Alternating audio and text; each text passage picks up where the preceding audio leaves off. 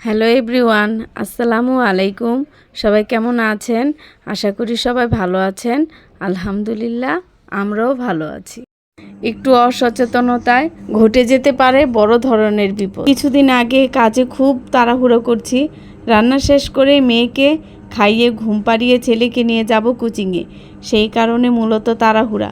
মেয়ে ওয়াশরুমে গোসল করছে আর আমি মাছ ভাজার জন্য কড়াইতে তেল দিয়ে চুলা কমিয়ে এসেছি ছেলেকে ডাকতে। কেন জানি না মোবাইলটা একটু হাতে নিয়েছি, এদিকে গ্যাস বেড়ে তেল প্রচুর হিট হয়ে আগুন ধরে গেছে। ওয়াশরুমে তখন ধোয়া যাওয়ার পর মেয়ে দেখে কড়াইতে আগুন। মেয়ে আমাকে ডাকছে, বলছে মা ওখানে আগুন লেগেছে। আমি এসে দেখি সত্যি আগুন। তখন তাড়াহুড়োর মধ্যে চুলা বন্ধ করে পানি দিয়ে কড়াইতে তারপরে নিভিয়েছি। এই দৃশ্যটা মনে পড়লে এখনো খারাপ লাগে। খালামণির বাসা থেকে এই কলার মোচাটা নিয়ে এসেছিলাম, এটা দিয়ে তৈরি করব বড়া। আর এটা আমি ফার্স্ট টাইম ট্রাই করছি, খেতে অনেক মজা হয়েছিল। এবার গাছে প্রচুর আম হয়েছিল, কিন্তু বৃষ্টির অভাবে গাছের আমগুলি ঝরে পড়েছে। যখন ছোট ছিলাম তখন গাছ থেকে যখন এরকম ছোট ছোট আম পড়তো, সেগুলিকে কুড়িয়ে লবণ দিয়ে আর শুকনো মরিচ দিয়ে খেতাম।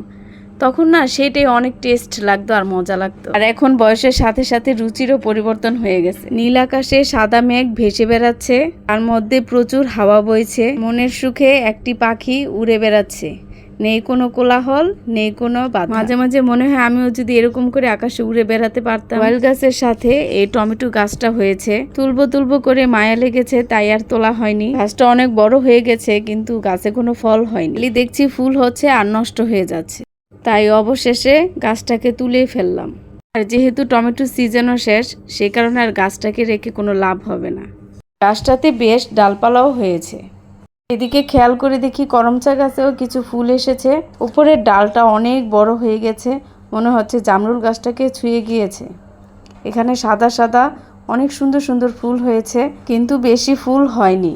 গতবার অনেক করমচা হয়েছে, খেয়েছি, কিন্তু এবার খুবই কম হয়েছে। তারপরেও নিজের গাছে ফল হয়েছে, এটা দেখে অনেক ভালো লাগে। যখন নার্সারি থেকে গাছটা এনেছিলাম তখন একটা ফল ছিল আর অনেক ছোট্ট ছিল। শখ বলে কথা, সেটা দেখে অনেক খুশি হয়ে কিনে নিয়ে এসেছিলাম।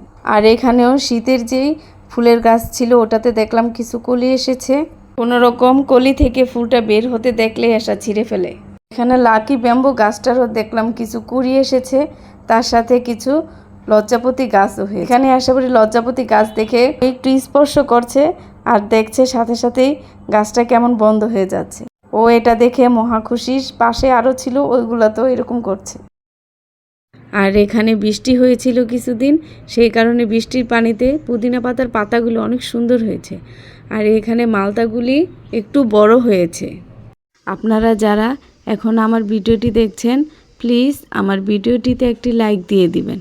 আপনাদের একটা লাইক আমার ভিডিওটি অনেকের কাছে পৌঁছে দিতে সাহায্য করবে। আর যদি ভালো লাগে প্লিজ আমার চ্যানেলটি সাবস্ক্রাইব করে দিবেন। সাবস্ক্রাইব করে পাশে থাকার বেল বাটনের অল অপশনটি প্রেস করে দিবেন, যাতে করে আমি কোনো ভিডিও ছাড়ার সাথে সাথে আপনার কাছে নোটিফিকেশন চলে যায়। এখানে ওর বাবা মেহেদি পারছে, আর আমার মেয়েটা একবার ময়েতে উঠছে, একবার নিচে নামছে, আর দেখুন আর দৌড়াচ্ছে, কোথাও স্থিরভাবে একটু বসেও না। আজকে ছেলে মেয়েদের জন্য ভিন্ন আইটেমের একটি সেমাই রেডি করছি।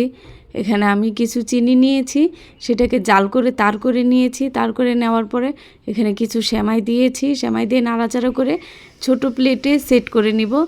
আর সাথে কিছু দুধ ঘন করে, তার মধ্যে ডানো দুধ দিয়ে ঘন করে নিব, তারপরে সেমাইয়ের উপরে দিয়ে দিব।